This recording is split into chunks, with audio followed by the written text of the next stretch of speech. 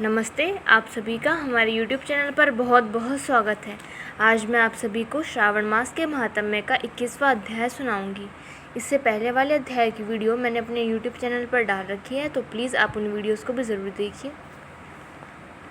आज मैं आप सभी को श्रावण पूर्णिमा पर किए जाने वाले कृत्यों का संक्षिप्त वर्णन तथा रक्षाबंधन की कथा सुनाऊंगी। सनत कुमार बोले, हे दयानिधि, कृपा करके अब आप पौर्णमासी व्रत की विधि कहिए, क्योंकि हे स्वामिन, इसका महात्म्य सुनने वालों की श्रवणेच्छा बढ़ती है। ईश्वर बोले, हे सनत कुमार, इस श्रावण मास में पूर्णिमा तिथि को उत्सर्जन तथा उपाकर्म संपन्न होते हैं। पोष के पूर्णिमा तथा माघ की पूर्णिमा तिथि उत्सर्जन कृत्य के लिए होती है, अथवा उत्सर्जन कृत्य हेतु पोष की प्रतिपदा अथवा माघ की प्रतिपदा तिथि विहित है, अथवा रोहिणी नामक नक्षत्र उत्सर्जन कृत्य के लिए प्रशस्त होता है, अथवा अन्य कालों में भी अपनी अपनी शाखा के अनुसार उत्सर्जन तथा उपाकर्म दोनों का साथ साथ करना उचित माना गया है। अतः श्रावण मास की पूर्णिमा को उत्सर्जन कृत्य प्रशस्त होता है। साथ ही ऋग्वेदियों के लिए उपाकर्म हेतु श्रवण नक्षत्र होना चाहिए। चतुर्दशी, पूर्णिमा अथवा प्रतिपदा तिथि में जिस दिन श्रवण नक्षत्र हो, उसी दिन ऋग्वेदियों को उपाकर्म करना चाहिए।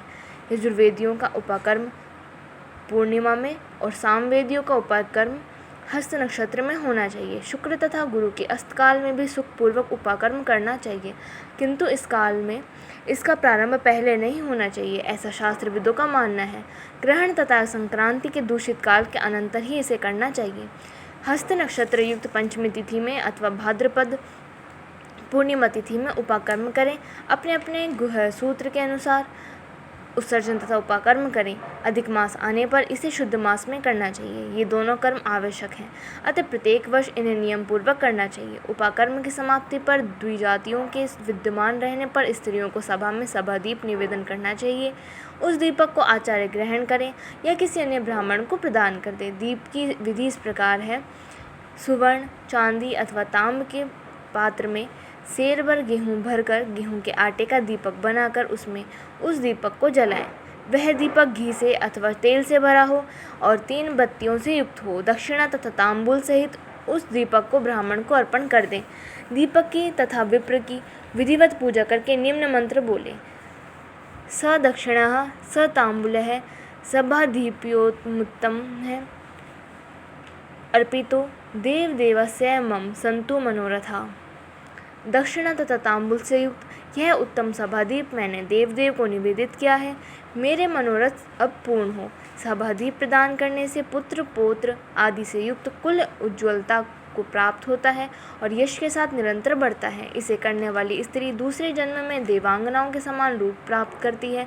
वह स्त्री सौभाग्यवती हो जाती है और अपने पति की अत्यधिक प्रिय पात्र हो जाती है।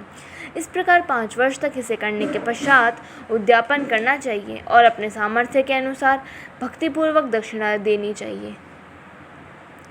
हे सनत कुमार, यह मैंने आपसे सभादीप का शुभ महात्म्य कह दिया। उसी रात्रि में श्रवण कर्म का करना बताया गया है। उसके बाद वहीं पर सर्प बलि की जाती है। अपना अपना गुह सूत्र देखकर ये दोनों ही कृत्य करने चाहिए। हयग्रीव का अवतार इसी तिथि में कहा गया है, अतः इस तिथि में हयग्रीव जयंती का महोत्सव मनाना चाहिए। उनकी उपासना करने वालों के लिए यह उत्सव नित्य करना बताया गया है। श्रावण पूर्णिमा के दिन श्रवण नक्षत्र में भगवान श्री हरि हयग्रीव के रूप में प्रकट हुए और सर्वप्रथम उन्होंने सभी पापों का नाश करने वाले सामवेद का गान किया। इन्होंने सिंधु तथा वितस्ता नदियों के संगम स्थान में श्रवण नक्षत्र में जन्म लिया था, अतः श्रावणी के दिन वहाँ स्नान करना सभी मनोरथों को पूर्ण करने वाला होता है। उस दिन वहाँ श्रांग धनुष, चक्र तथा गदा धारण करने वाले विष्णु की विधिवत पूजा करें। इसके बाद सामगान का श्रवण करें, ब्राह्मणों की हर प्रकार से पूजा करें और अपने बंधु बांधवों के साथ वहाँ क्रीड़ा करें तथा भोजन करें। स्त्रियों को चाहिए कि उत्तम पति प्राप्त करने के उद्देश्य से जल क्रीड़ा करें। उस दिन अपने अपने देश में तथा घर में इस महोत्सव को मनाना चाहिए तथा हयग्रीव की पूजा करनी चाहिए और उनके मंत्र का जप करना चाहिए। यह मंत्र इस प्रकार है। आदि में प्रणव तथा उसके बाद में नमः शब्द लगाकर बाद में भगवते धर्माय जोड़कर उसके भी बाद आत्मविशोधन शब्द की चतुर्थी विभक्ति आत्मविशोधनाय लगानी चाहिए। पुनः अंत में नमः शब्द प्रयुक्त करने से 18 अक्षरों वाला ओम नमो भगवते धर्माय आत्मविशोधनाय नमः मंत्र बनता है। यह मंत्र सभी सिद्धियां प्रदान करने वाला होता है और 6 प्रयोगों को सिद्ध करने वाला है। इस मंत्र का पुरस्चरण 18 लाख अथवा 18,000 जप का है। कलयुग में इसका पुरस्चरण इससे भी 4 गुना जप से होना चाहिए। इस प्रकार करने पर हे अग्रीव प्रसन्न होकर उत्तम वांछित फल प्रदान करते हैं। इसी पूर्णिमा के दिन रक्षाबंधन मनाया जाता है, जो सभी रोगों को दूर करने वाला तथा सभी अशुभों का नाश करने वाला है। हे मुनिश्रेष्ठ, इसी प्रसंग में एक प्राचीन इतिहास सुनिए।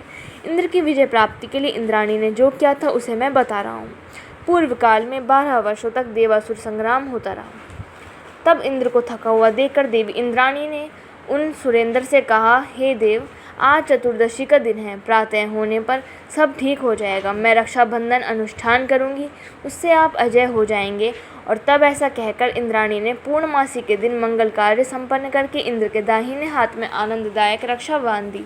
उसके बाद ब्राह्मणों के द्वारा स्वयं किए गए तथा रक्षाबंधन से युक्त इंद्र ने दानव सेना पर आक्रमण किया और क्षण भर में उसे जीत लिया। इस प्रकार विजय होकर इंद्र तीनों लोकों में पुनः प्रतापवान हो गए। हे मुनीश्वर, मैंने आपसे रक्षाबंधन के इस प्रभाव का वर्णन कर दिया, जो कि विजय प्रदान करने वाला, सुख देने वाला और पुत्र, आरोग्य तथा धन प्रदान करने वाला है। सनत कुमार बोले, हे देवश्रेष्ठ, यह रक्षाबंधन किस विधि से, किस तिथि में तथा कब किया जाता है? हे देव, कृपा करके इसे बताएं। हे भगवान, जैसे जैसे आप अद्भुत बातें बताते जा रहे हैं, वैसे वैसे अनेक अर्थों से युक्त कथाओं को सुनते हुए मेरी तृप्ति नहीं हो रही है। ईश्वर बोले, बुद्धिमान मनुष्य को चाहिए कि श्रावण का महीना आने पर पूर्णिमा तिथि को सूर्योदय के समय श्रुति स्मृति के विधान से स्नान करें। इसके बाद संध्या जप आदि करके देवताओं, ऋषियों तथा पितरों का तर्पण करने के बाद सुवर्णमय पात्र में बनाई गई सुवर्ण सूत्रों से बंधी हुई मुक्ता आदि से विभूषित विचित्र तथा स्वच्छ रेशमी तंतुओं से निर्मित विचित्र ग्रंथियों से सुशोभित पद्मगुच्छों से अलंकृत तथा सर्प तथा अक्षतों से गर्भित एक अत्यंत मनोहर रक्षा अथवा राखी बनाए। इसके बाद कलश स्थापन करके उसके ऊपर पूर्ण पात्र रखें और पुनः उस पर रक्षा को स्थापित कर दें। उसके बाद रम्य स्थान पर बैठकर सुहजनों के साथ वारांगनाओं के नृत्यगान आदि तथा क्रीड़ा मंगल कृत्य में संलग्न रहे। इसके बाद यह मंत्र पढ़कर पुरोहित रक्षाबंधन करें। येन बद्धो बलिराजा दानवेंद्रो महाबले तेन त्वामनुबधानि रक्षे माचल माचल। जिस बंधन से महान बल से संपन्न दानवों के पति राजा बलि बांधे गए थे, उसी से मैं आपको बांधता हूँ। हे रक्षे, चलायमान मत हो। ब्राह्मणों, क्षत्रियों, वैश्यों, शूद्रों तथा अन्य मनुष्य को चाहिए कि यत्नपूर्वक ब्राह्मणों की पूजा करके रक्षाबंधन करें। जो इस विधि से रक्षाबंधन करता है वह सभी दोषों से रहित होकर वर्ष पर्यंत सुखी रहता है। विधान को जानने वाला जो मनुष्य शुद्ध श्रावण मास में इस रक्षाबंधन अनुष्ठान को करता है, वह पुत्रों तथा सुहजनों के सहित 1 वर्ष भर अत्यंत सुख से रहता है। उत्तम व्रत करने वालों को चाहिए कि भद्रा में रक्षाबंधन ना करें, क्योंकि भद्रा में बांधी गई रक्षा विपरीत फल देने वाली होती है। इस प्रकार श्री स्कंद पुराण के अंतर्गत ईश्वर सनत कुमार संवाद में श्रावण मास महात्म्य में उपाकर्मों, उत्सर्जन, श्रवणकर्म, सर्प बलि, सभादीप, हे ग्रीव जयंती, रक्षाबंधन विधि कथन नामक 21वां अध्याय पूर्ण हुआ। धन्यवाद। इस वीडियो में बस इतना ही। तो प्लीज़ हमारी वीडियोस को लाइक कीजिए, शेयर कीजिए और हमारे चैनल को सब्सक्राइब कर लीजिए।